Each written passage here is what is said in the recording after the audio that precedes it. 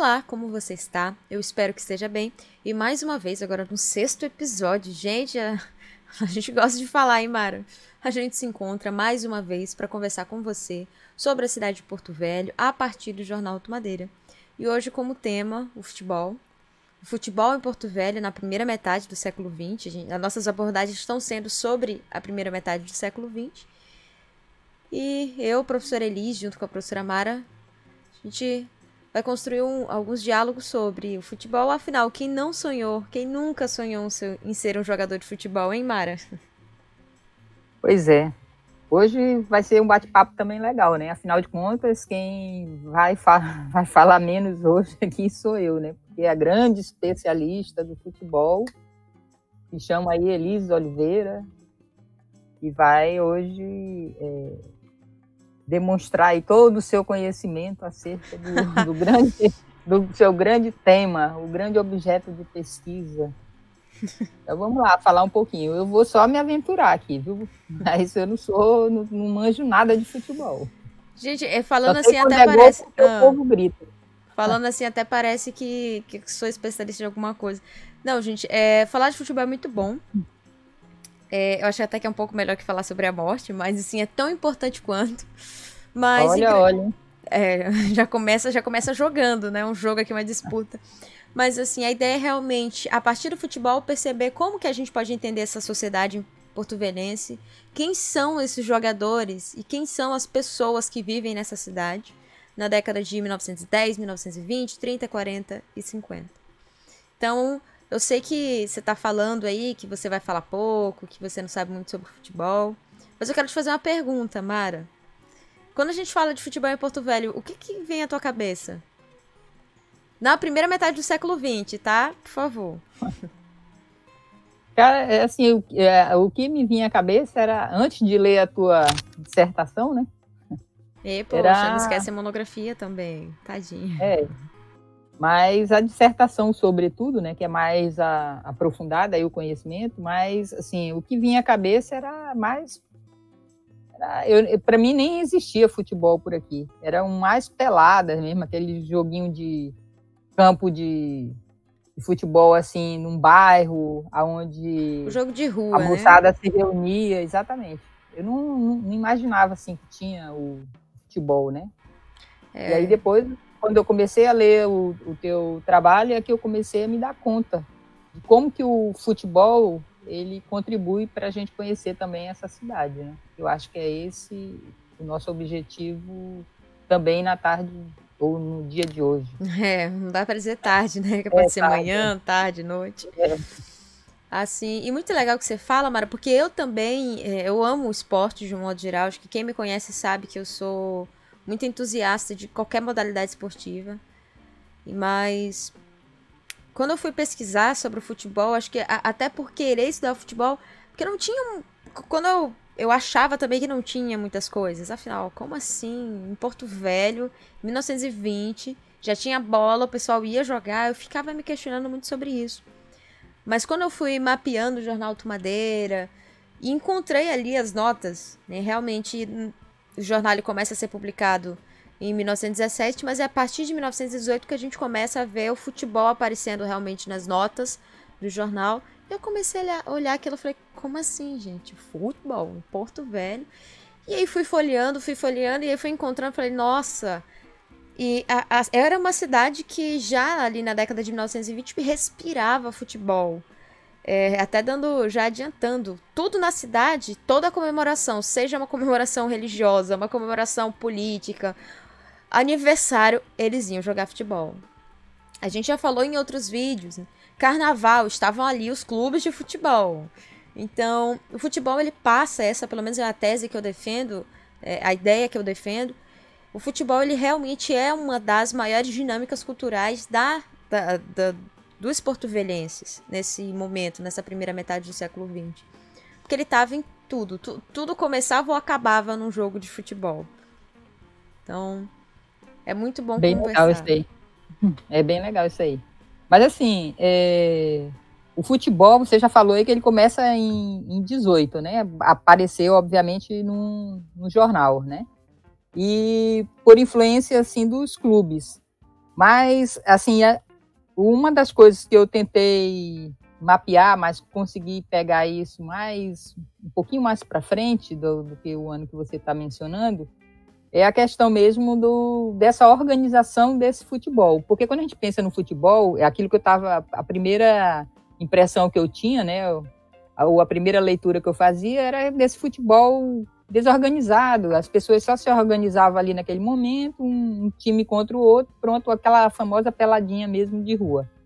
Mas essa organização mesmo do futebol, esses clubes, eles já nascem de certa forma organizado na cidade, no sentido mesmo de que a gente observa lá em 18, eu consegui ver que tinha alguns times já formados, já tinha alguns campeonatos e tal, né? Depois a gente vai vendo um pouco mais adiante isso na leitura assim que eu fiz. Já vai ter uma liga, né? Uma organização e tal. Ele já começa dessa forma organizado ou isso é com o tempo mesmo, pela trajetória do jornal, sabes apontar isso? Ah, muito bom. Assim, 2 pontos. O primeiro o futebol ele já nasce organizado. Antes de falar exatamente sobre o clube, tem um ponto muito legal, Mara, que eu fui mapear a história do futebol no Brasil para entender como é que esse futebol chegava em Porto Velho. E sim, o futebol ele nasce já com uma relativa organização, até porque esse futebol ele se pretendia ser o esporte símbolo da modernidade. Então, a própria concepção de esporte moderno, ela está vinculada a essa ideia da higienização, da urbanização, da padronização dos espaços, do conhecimento das regras, a figura do sportman, né? Aquele que é o culto ao corpo, né? Mente sã e corpo são, a padronização dos corpos, você que é Foucaultiana, né? Sabe muito bem esses termos.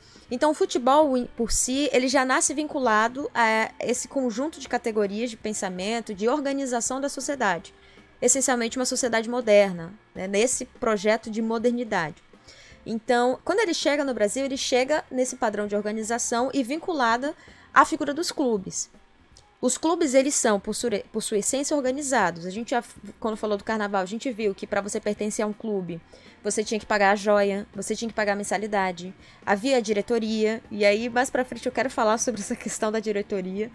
Então, assim, não é que ele surgiu perfeitamente padronizado, organizado, até porque hoje ainda estamos no processo de organização dos modelos e da gestão do futebol no mundo, mas ele já nasce, o futebol aqui já nasce vinculado às regras das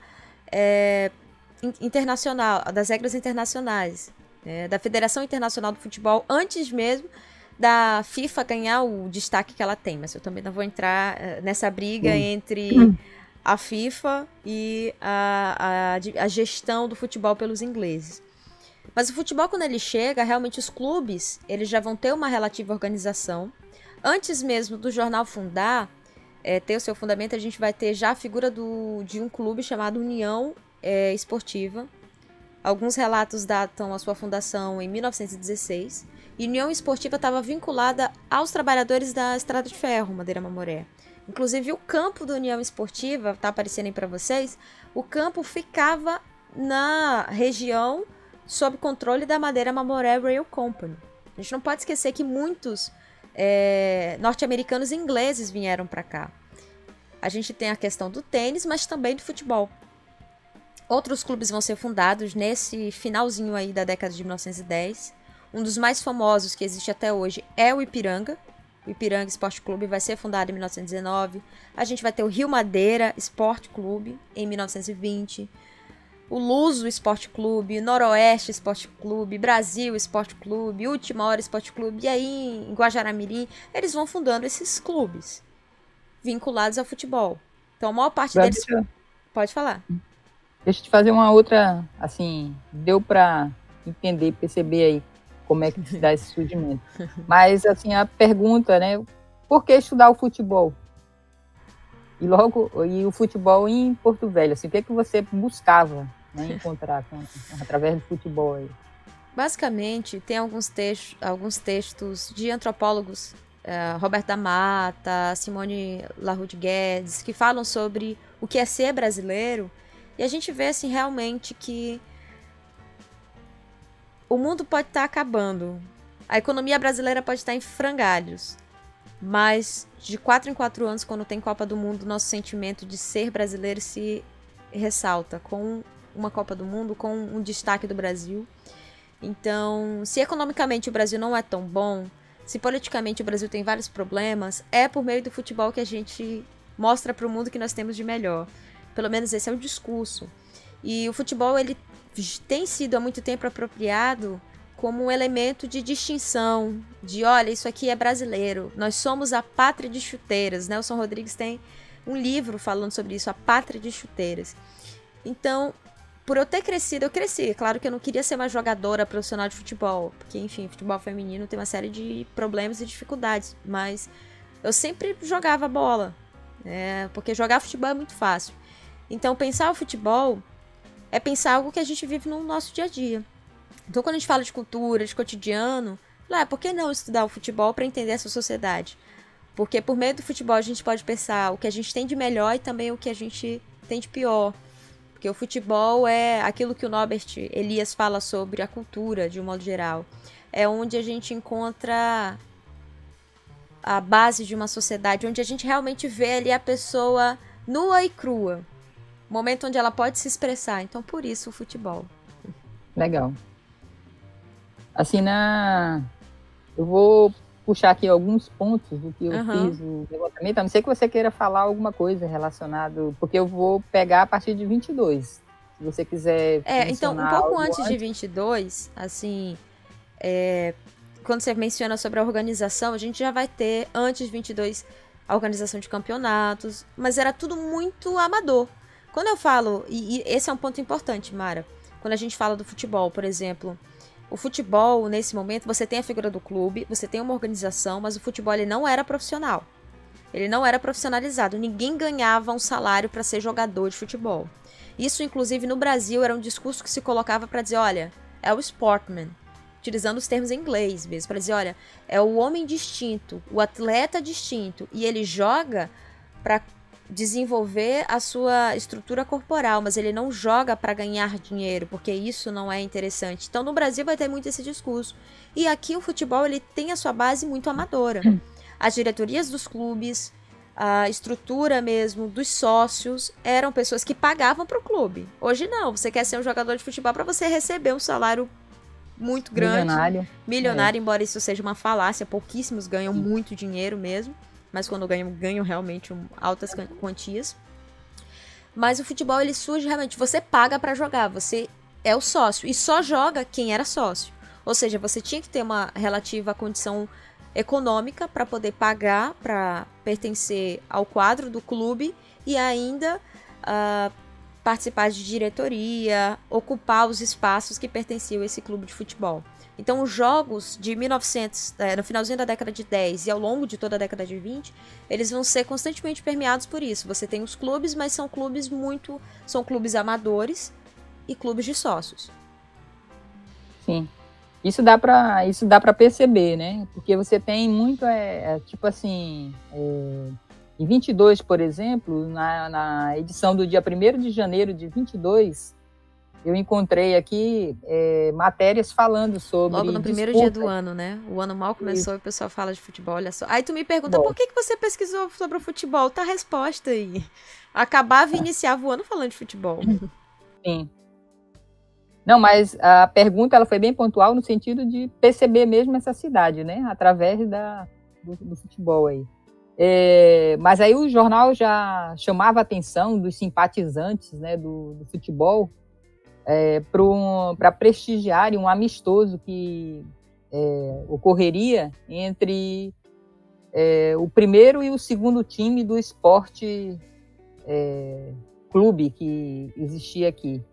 E aí o interessante é que a gente vai observando que em todas as edições eles vão trazendo. Numa edição eles colocam o que iria acontecer em termos do futebol, né, amistosos ou não, ou os campeonatos que eram patrocinados aqui, e no outro eles colocavam o placar. né, que eles iam retratando. Olha, dia tal ocorreu o jogo tal entre time tal, ou entre time A e o B, e ficou 2-2, 3-0, alguma coisa assim, né? Quando eles traziam esse resultado dos jogos, a gente ia observando que parecia assim que parecia não, né? Eles, de certa forma, o jornal estava criando um público para acompanhar, porque, como você bem falou, podia faltar tudo no jornal, mas o campo lá falando sobre o futebol, isso tem em todas as edições do jornal Alto Madeira. E aí, assim, o incentivo que se dava aos times infantis, tem muitos, né, campeonatos infantis que o jornal vem noticiando, e assim, parecia assim que o campo de maior evidência era o do Ipiranga. Você falou aí do Esporte Clube na área ferroviária, talvez por isso, União como Esportiva. Era uma área mais isso, como era uma área mais, de repente, privada, né?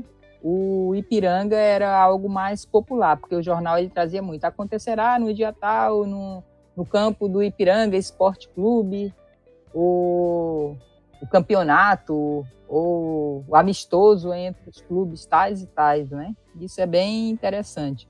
E aí eu comecei a observar, né, que...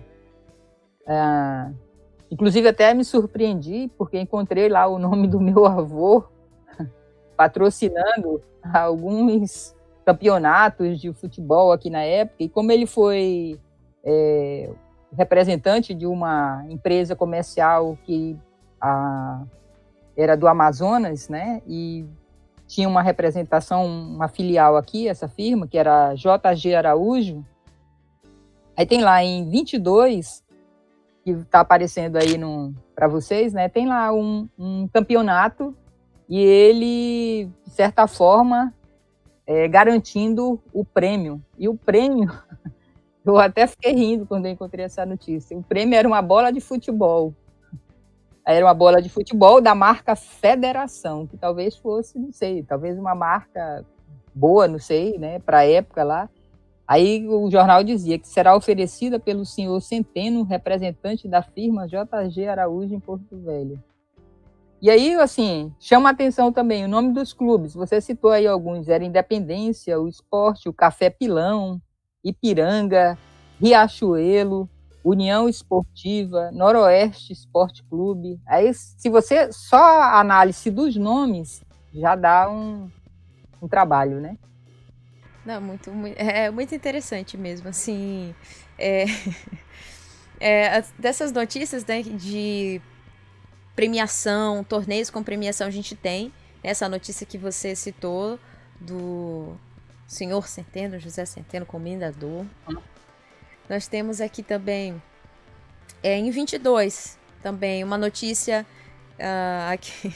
Um grupo de gentis torcedoras do valoroso Ipiranga, composto pela senhorita Sofia Santos, Amazônia Vanderlei e Labib Mahmoud, fez a entrega de uma estatueta de bronze oferecida pela firma Rosa Irmão, proprietários do Café do Pilão. Então a gente tem, tá tudo muito vinculado, né? Você tem a cultura, você tem o futebol e você tem as lojas utilizando essa vida cultural como uma forma de propagar, de fazer uma propaganda, de divulgar suas próprias lojas.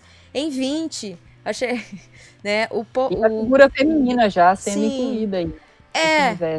Acho que assim, cabe também algumas discussões sobre o papel da mulher nesse esporte, porque aí, de fato, elas não jogavam. Tem toda uma discussão sobre o futebol feminino no Brasil, mas elas estão presentes. Mas geralmente nessa parte das festas, da torcida, não do jogo especificamente. Tem uma outra notícia aqui. Às vezes eles faziam os jogos, pelo que eu entendi, colocava assim, por exemplo, o time da Dona Labib e o time da Amazônia, sim, né? Mas elas não jogavam. Não jogavam, não. É aí só mesmo a homenagem, né? É aquela ideia da mulher para ser admirada. Senhoritas, né? E não necessariamente... Enfim, tem toda uma discussão mesmo, que não dá pra gente entrar agora no mérito, mas sobre a presença das mulheres nos esportes, de modo geral, no Brasil. Aí tem uma notícia aqui de 1920, 18 de janeiro, que fala também sobre essa questão das empresas, né, patrocinando e dando prêmios. Né? O popular sportman barateiro, um entusiasta adepto do futebol, prepara agradáveis surpresas para o festival do dia 24 do corrente, do referido ground, né, o campo. Então, aí aqui, até que eu esqueci de mencionar, Mara, você perguntou para mim se o futebol era organizado. No ano de 1919, percebendo-se que haviam já muitos clubes sendo fundados, o Alto Madeira fez uma série de publicações disponibilizadas por um dos sportmans do União Esportiva, que era o Américo Silva. Ele doou um folheto que a Football Association divulgava as regras do futebol. Então, o jornal ficou alguns meses, né, ao final do ano de 1919, divulgando as regras. Né? Ele até fala, olha, a partir da presente edição iremos transcrevendo para conhecimento dos players porto-velhenses. Então, assim, não era jogar de qualquer jeito. Futebol não se joga de qualquer jeito. Então, é por isso que até quando a gente fala futebol de rua, a gente costuma dizer, não, é pelada.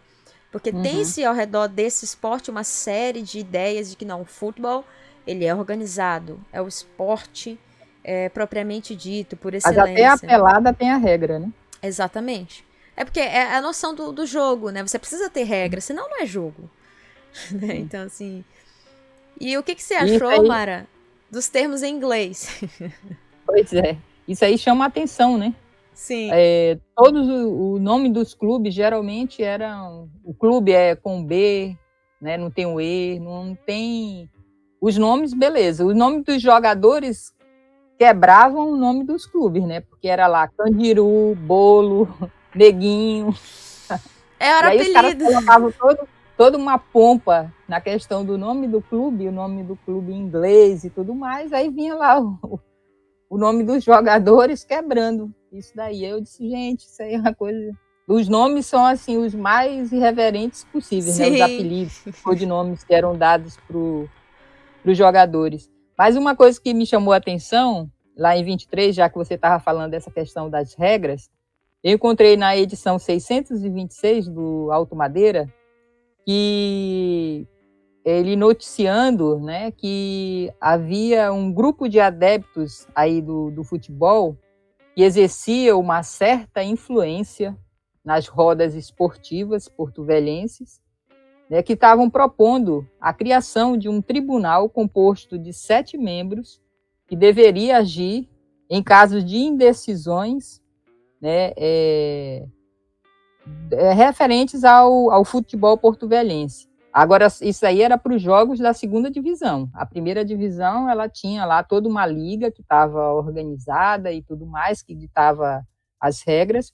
Mas para os jogos de segunda divisão, que às vezes havia uma rixa, havia lá alguma coisa, então eles estavam propondo esse tribunal, né, composto de 7 membros, e aí esse tribunal, ele era independente da liga, né, esportiva de Porto Velho e livre da contribuição dos clubes. Então o jornal, inclusive, desejava sucesso nessa edição para que essa liga efetivamente viesse a ocorrer. Isso aí eu achei bastante interessante. E tem-se muito grande. Assim, desde o início a ideia mesmo de, não, vamos organizar as ligas, organizar as diretorias. Você falando do nome dos jogadores, aí eu tenho que dizer, por exemplo, na hora que eu fui fazer a pesquisa da monografia, porque na dissertação eu amplio isso um pouco para a realidade de Amazônia, né? Mas na monografia eu fico muito mais restrita a Porto Velho, porque eu tenho até um carinho mais especial, porque não teve tantas discussões teóricas, mas os dados, para mim, foi muito divertido coletar. E em relação aqui, eu confesso que os nomes dos jogadores, chegou um momento, eu tava mapeando os nomes, quem pertencia a cada clube, quem jogava. Só que chegou um momento que eu falei, não vou ter condição, não vou ter perna para fazer isso agora. Então é algo que realmente é a se pensar quem são esses atletas, porque são os apelidos, então tem nome assim que você, Mas por onde que aí eu consegui encontrar? Assim, não os atletas, mas a diretoria, porque a diretoria aí sim. O Alto Madeira fazia questão de ressaltar as eleições, quem era o presidente, quem era o vice-presidente, quem era o primeiro secretário, segundo secretário. Havia toda uma estrutura belíssima, bem organizada.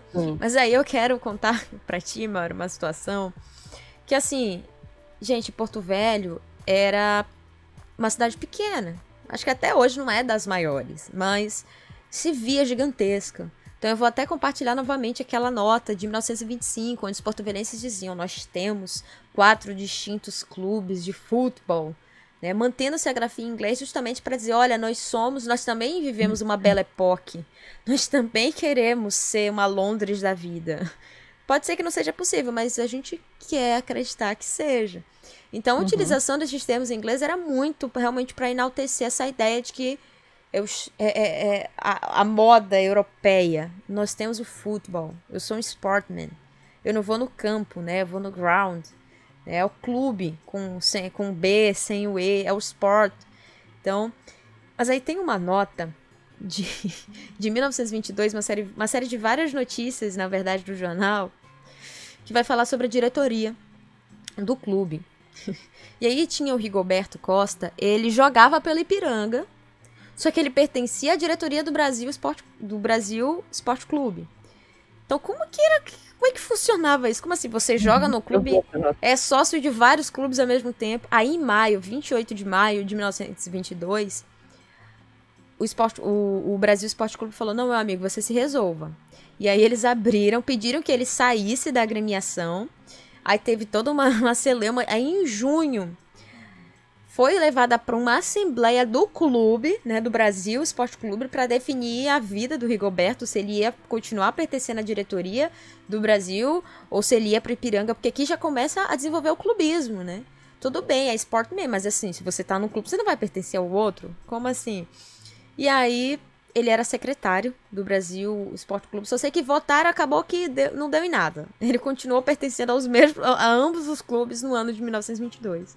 Mas levando em consideração que o jogo era só para o desenvolvimento do corpo e tal, que o cara não recebia nada, ele precisava de um trabalho, né? Então o trabalho dele estava no outro clube. Mas nem era porque você não ganhava. Na verdade, A posição de secretário não ganhava nada? Não, pelo menos assim, pode ser que... Mas a princípio não, porque o secretário, ele é sócio, ele paga. Acaba que todos acabam pagando. Então, assim, é mais por status, na realidade, né? Então... Mas o que é interessante né? é que logo no início, por isso que queriam tirá-lo, né? Logo no início, não tinha-se essa rivalidade. Era tanto que todo mundo jogava no Ipiranga, que era a Praça 24 de Janeiro. Antes de ser que até recentemente era localizado ali na Pinheiro Machado, onde hoje é um prédio do TJ, né? Tribunal de Justiça. Até recentemente ainda era a sede do Ipiranga. E quase todos os jogos realmente eram feitos na Praça 24 de Janeiro, que depois se transforma, né, no Campo Paulo Saldanha, que é o campo do Ipiranga. E não se tinha uma rivalidade tão aflorada, mas a partir realmente de 22, 23, 25, 26, a rivalidade vai ficar tão aflorada que aí o jornal vai começar a dizer: gente, parem de brigar nos jogos, por favor, falando para os atletas. Porque se era só para cuidar do corpo... Como é que você vai brigar jogando? Começa a ter briga nos jogos, começa a ter palavrão. E o jornal ali: gente, por favor, não façam isso. E assim, eu encontrei na edição de 629, que você casa bem com isso que você está dizendo, vem lá as narrativas dos jogos, né? Como era uma forma que o jornal encontrava de passar, né? Isso está em 23, o jornal em 1923. Então o jogo ele passa a ser narrado.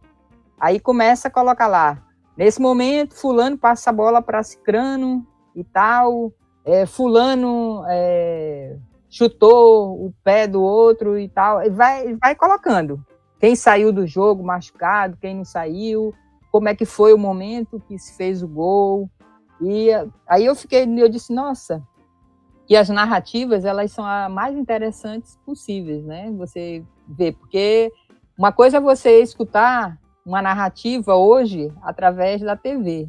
Outra coisa é você escutar a narrativa de um jogo através do rádio, que é completamente diferente. O rádio, o cara fala, parece que ele está ligado no 220. E a gente mal escuta o gol. E pelo jornal, eu disse, olha aí, né, dá para você entender toda aquela mecânica ali do jogo, né, é como se você tivesse mesmo no campo lá em 23, com a riqueza de detalhes que, de certa forma, o cara vai colocando na coluna do jornal, narrando o jogo. Eu acho que aí também é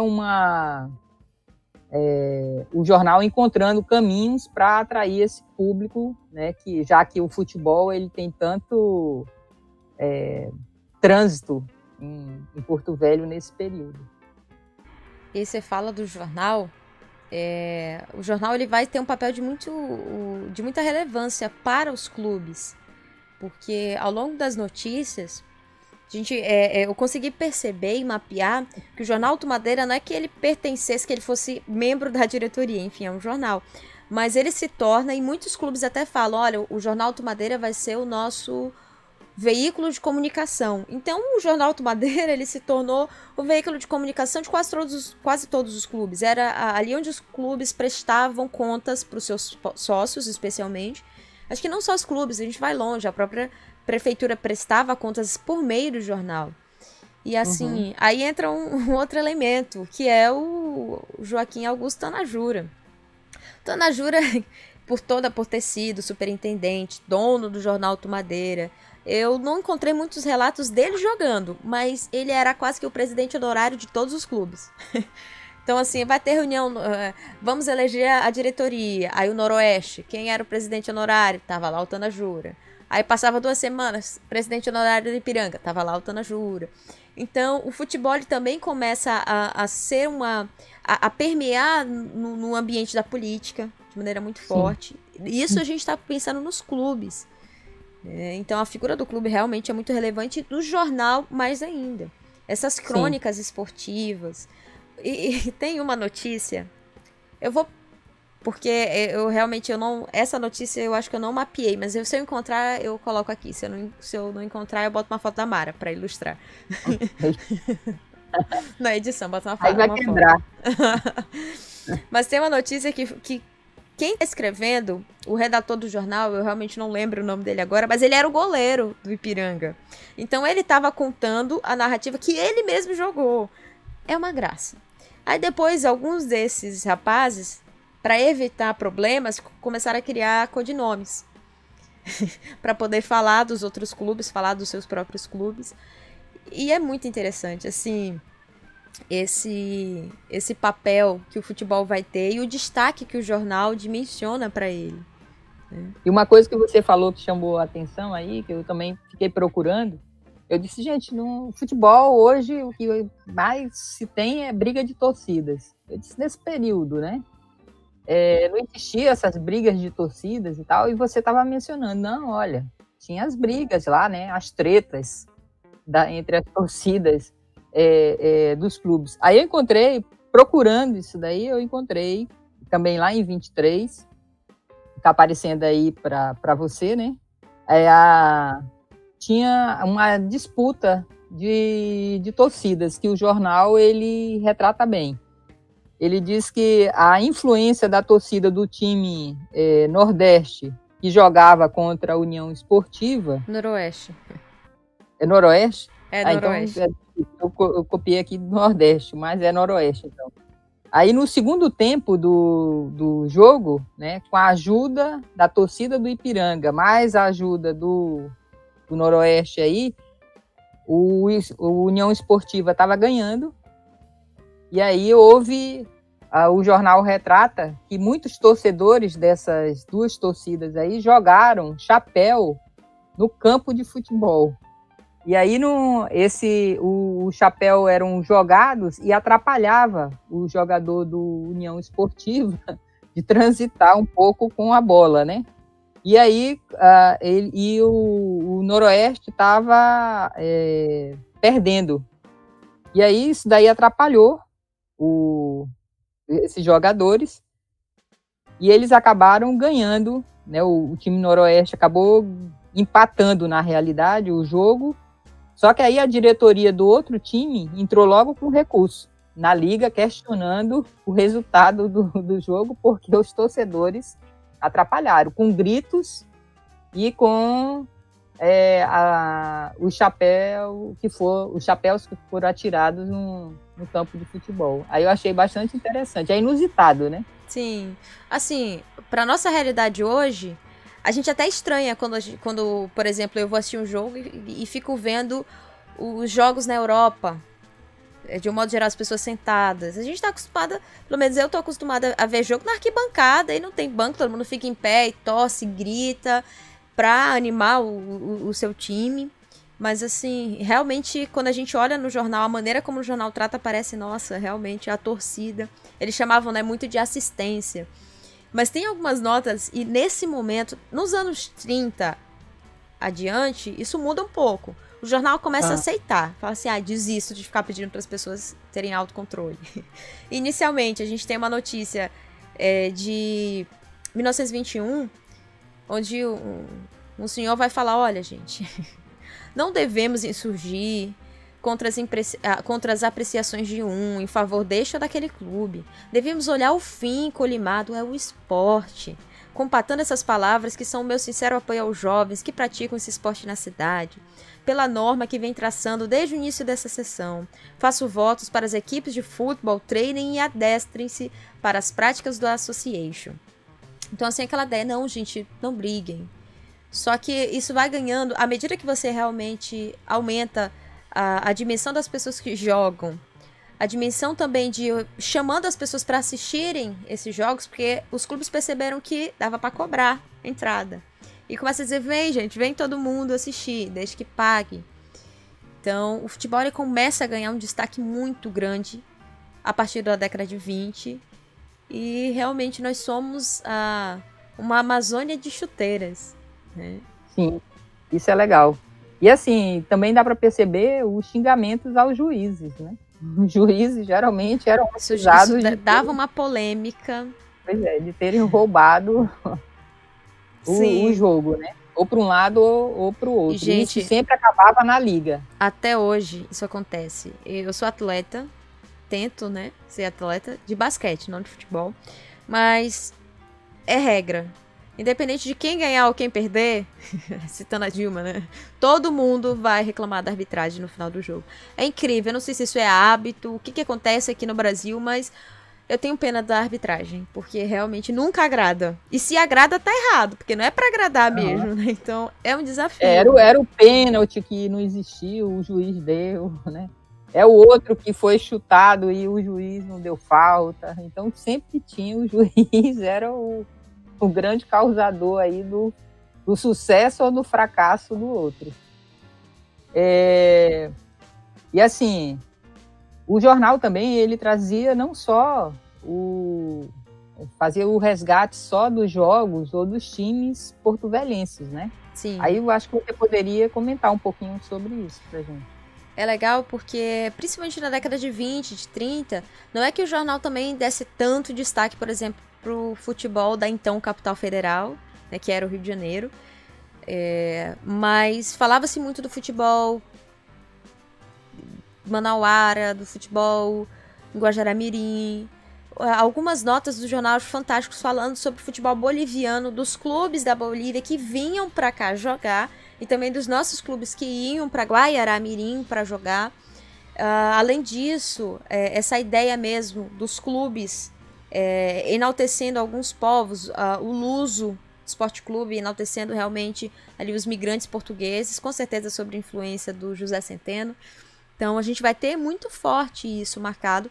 É lógico que eram muito mais jogos pontuais, mas algumas notícias do jornal realmente vão destacar, olha só, como a partir do jogo dos jogos, né, do jogo de futebol, a gente pode nos aproximar com outras nações. São as nações amigas que jogam juntas.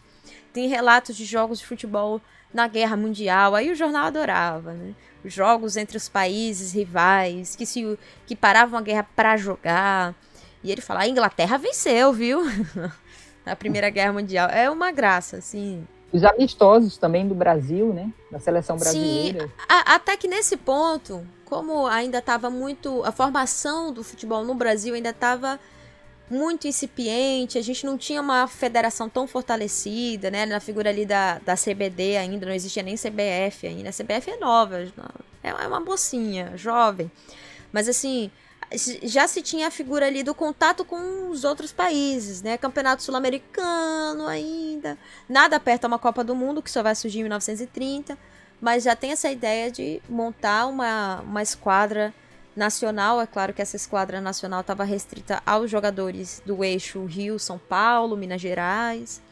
É por isso que os nossos atletas não foram convocados, porque eu tenho certeza que eram tão talentosos quanto um Domingos da Guia, um Diamante Negro.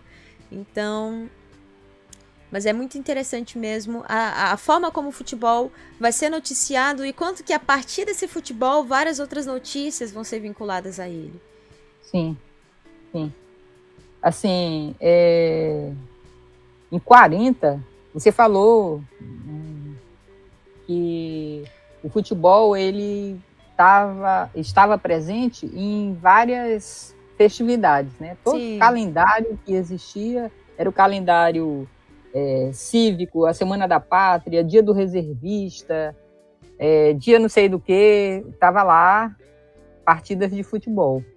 O futebol era talvez o atrativo, né? Eu li dessa forma, pode ser que eu tenha feito a leitura errada.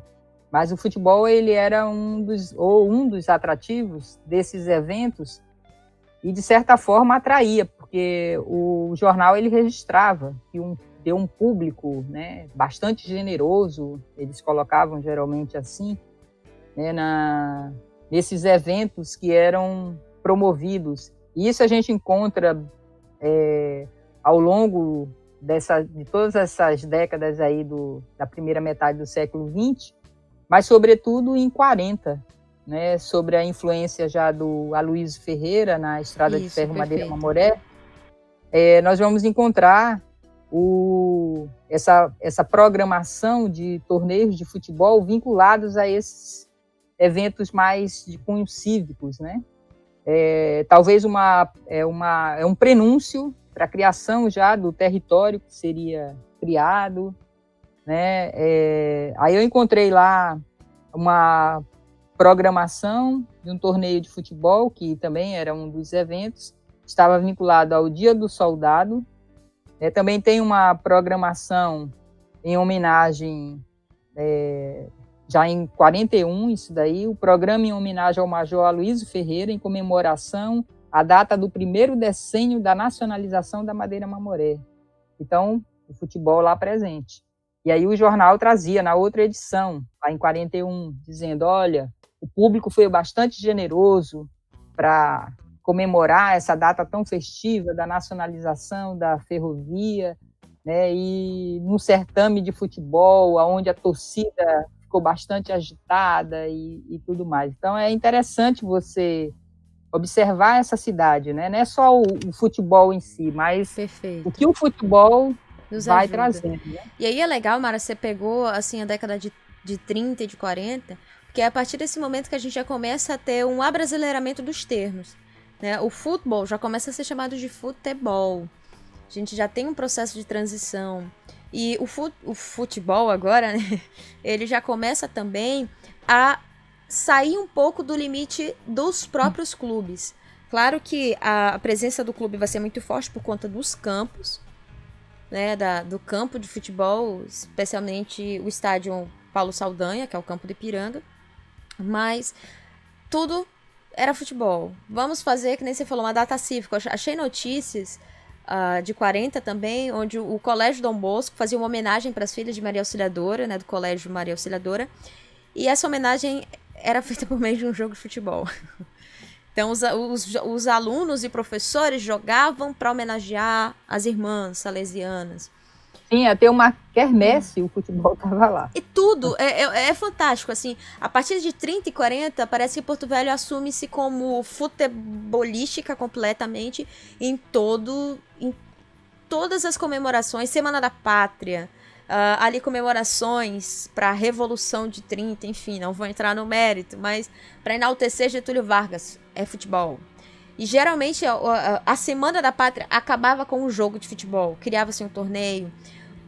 Entre as escolas, até mesmo os trabalhadores, vamos fazer um campeonato entre os trabalhadores da prefeitura contra os trabalhadores da Madeira Mamoré, vamos fazer um campeonato escolar, mas o futebol ele realmente começa a se embrenhar em quase todos os aspectos ali do cotidiano do porto-velhense. E aí a gente até se questiona, onde que a gente perdeu isso? Ou até que ponto, onde que os clubes perderam seu espaço? A cidade, ela girava muito em torno da figura dos clubes quando a gente fala de cultura. E o futebol destaca muito isso. Então, assim, longe de esgotar o tema também, mas a partir do futebol a gente tem muito a pensar sobre a sociedade, quem eram as pessoas que jogavam, quem era a diretoria, por que o jornal narrava, porque você tinha um Tanajura que estava vinculado aos clubes, ao mesmo tempo você tinha o Inácio de Castro, que era vinculado à União Esportiva. Então, era uma cidade pequena, mas que se via muito grandiosa, que se via extremamente moderna e que via no futebol uma forma de se destacar. Então, é muito interessante estudar. E assim, e a gente percebe no futebol que ele vai atraindo, né? O que cerca esse futebol? A própria figura feminina que a gente colocava lá, né? Por exemplo, quando se colocava, dividia-se lá às vezes era a mesma agremiação, era o esporte que estava jogando, aí o time 1 da dona Alabib e o time 2 da senhorita Amazônia, né? Acho que era esse o nome, né? Se não me falha a memória. E aí você colocava aqueles times ali, então, de certa forma, era o futebol já tentando envolver um público feminino, né? Obviamente que vamos guardar as proporções para os dias atuais, mas era uma forma de estar envolvendo esse público feminino. Quando você levava futebol para os eventos cívicos, era uma forma de você estar envolvendo essa população também nesses eventos cívicos. Sim. Né? Era como o futebol, ele era só vamos dizer assim, era o grande atrativo para poder puxar esse grande público para aquilo que, de certa forma, a política, né, ou os políticos desejavam, né? A trajetória dessa cidade, ela é ditada também pelos jogos, né, por esses clubes. Por isso que as narrativas, elas se tornam importantes. Exatamente. No jornal, né? Elas não estão ali à toa, né? A gente acha assim, não, nossa, olha, que legal e tal, ler isso aqui, mas só as narrativas já dão uma conotação de importância àquilo que estava por vir, né? E isso mostra, é claro que a gente fala do futebol, mas a cultura de um modo geral. Muitas pessoas, até na academia, eu acho que isso o que a gente vai falar agora é muito mais vinculado à produção teórica, historiográfica. Se considera muitas vezes que os aspectos efetivamente políticos, econômicos, eles são extremamente fundamentais de serem abordados, e os culturais, como, você está floreando, para que estudar cultura? Mas é na cultura que a gente vê efetivamente a construção do discurso político, é onde a gente vê a estruturação de projetos econômicos, da estrutura econômica de uma sociedade. Então o futebol nos ajuda muito a perceber isso. Então, não é o jogo pelo jogo, mas é realmente o que a partir do jogo a gente pode entender sobre a sociedade. Quais são os limites dessa sociedade? Eu tive um grande desafio quando analisei o Jornal Madeira para perceber o futebol, mapear o que eles queriam dizer sobre o esporte e o que realmente acontecia. E o que os vazios, o que as tretas, né? O que os conflitos dentro do jogo nos ajudam a perceber os conflitos fora desse jogo. Por que, por exemplo, o jornal destacava muito os clubes e não o futebol de rua? Em alguns momentos, o próprio jornal falava, olha, não joga na rua, isso não é bacana. Em alguns momentos, o próprio jornal, o Ipiranga, murou a Praça 24 de Janeiro para impedir que as pessoas usassem, não sendo sócias, usassem aquele espaço. Será que todo mundo tinha condição para ter uma bola? A gente riu, né, realmente, quando o José Centeno deu a bola à federação, mas até hoje, por exemplo, quem é atleta, será que todas as pessoas que praticam têm uma bola ou têm uma chuteira em casa? Então, há muita coisa a se pensar a partir dessas narrativas sobre o futebol. E é isso que eu acho que agora sim a gente responde a pergunta, né? Os próprios nomes, só desculpe te interromper aí, mas assim, os próprios nomes dos jogadores, quando você coloca lá Candiru, Bolo, Toco, e por aí afora, você vê que os jogadores, em determinados momentos, eles são menos importantes, porque os nomes não apareciam, né? O que está em voga mesmo ali Sim. é toda uma disputa política que também perpassava pelo futebol. É a figura da gestão, que hoje isso é muito forte. Por exemplo, só lançando a questão, eu sou flamenguista, eu sou torcedora do Flamengo. O Gabigol é jogador do Flamengo, mas eu e o Gabigol, embora ele jogue e faça gol e eu esteja aqui torcendo, nem eu nem ele temos posição dentro da gestão do clube. Quem manda no clube são os sócios. Quem são os sócios do Flamengo hoje, sabe? Quem são os sócios? Então, basicamente, essa figura do clube de futebol no Brasil, ela está muito vinculada a essa sociedade, a quem realmente tem o capital econômico. E aí, inicialmente, ele tinha um capital econômico e jogava. Agora ele não joga, mas é ele que manda.